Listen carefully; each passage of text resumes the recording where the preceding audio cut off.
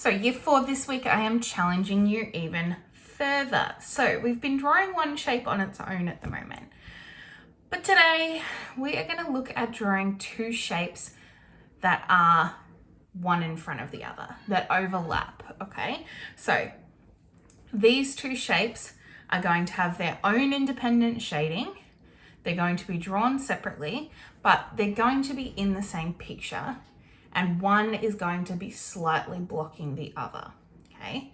So this is a real challenge. We haven't done much of this before, so I really want you to be patient with it. Have a go. I'm going to show you some examples, and I think you can do it. You guys have been legends. I've been so impressed with your drawing. So let's rock and roll. Okay, so when I'm doing this, drawing two shapes that overlap, there are a lot of things that there are to think about. But we're going to start and just do one step at a time. So I'm going to try and do a pretty easy one. I'm going to try and do a rectangular prism and a cube next to each other with a little bit of an overlap. And I'm going to start, I like to start by drawing the one in front. So I'm going to start with my cube. So remember, I'm going to start with a square because that's our face shape, our main shape. And I'm going to do the 3 lines, 2, 3, that are the same angle and same length. And I'm going to try and fix them up a little bit because I want to make sure that I have the shapes right before I start shading, okay?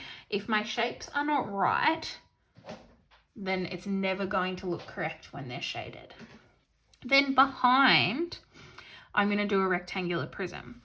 And I'm actually going to do this in the same way, just by drawing a rectangle. Now you have two choices here. I like to draw the whole shape. So even though I wouldn't actually be able to see the whole shape, these bits would be behind my cube, I find it easier personally to do that. Then I know that these lines here are blocked by my cube. So then I just go rub them out. I just like to do the whole rectangle because it means that I know that the shape is correct before I move on. Then exactly the same thing, 3 lines that are the same angle, same direction, and we've got one shape behind another. I can do the exact same thing with pretty much any shape. So if I wanted to do a cylinder that was lying down, I could do the circle. And we've been practicing shapes, so you can do this with any of the shapes we've practiced. I'm going to make sure that line matches this one because it would be a circle. And then same thing, I'm going to do a rectangular prism behind. You can see that I'm also drawing really, really light. This gives me a chance to fix things up and rub it out without leaving lots of marks on my page. 3 lines that are parallel, that match each other. And then I can rub these ones out. And they overlap.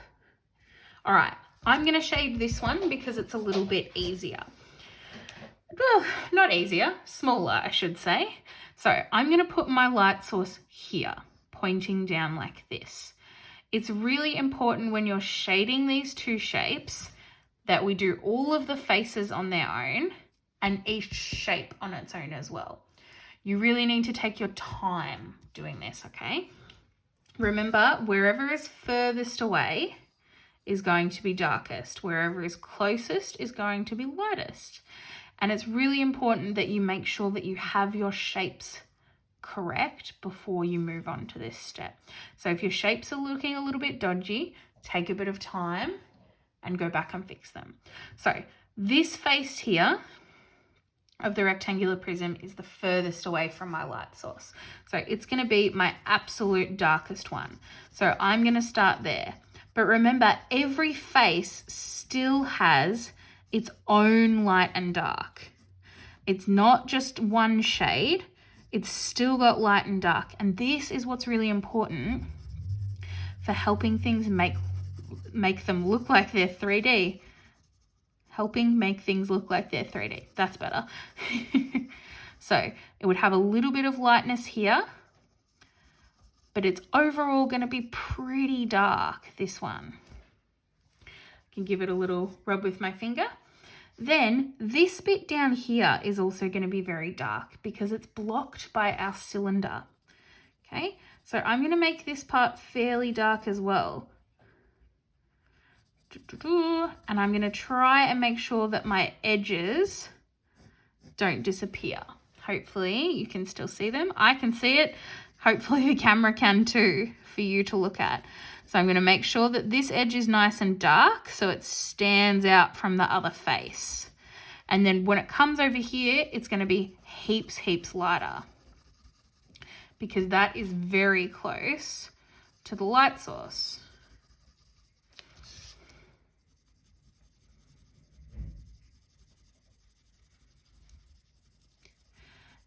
I'm going to take my time, but also try and do it kind of quickly so you can get started. I'm going to give it a bit of a rub, and then that side is my lightest, closer to the light source. Then the top, same thing. It's going to have its own light and dark. So I'm treating each face on its own. But I want to make sure I don't lose my edges, so sometimes you have to do them a bit darker.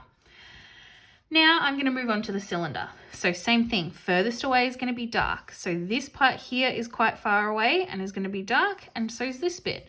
So I like to start with this face. I don't know why, I just do.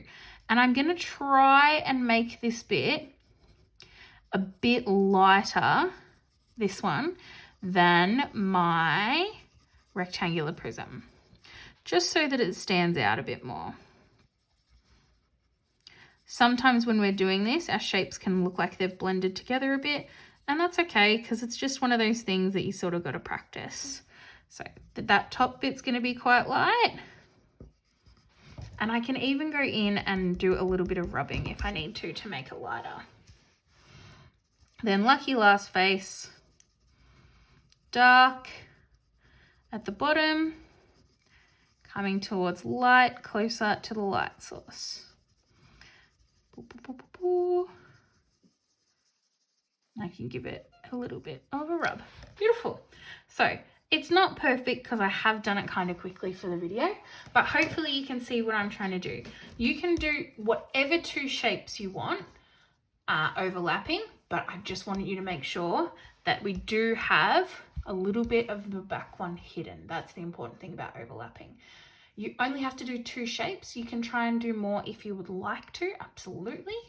Have a go. Good luck drawing your two overlapping shapes.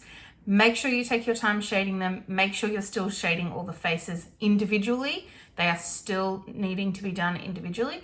But on top of that, you also need to do each of the shapes individually as well. And think about how your light source is affecting each of those faces.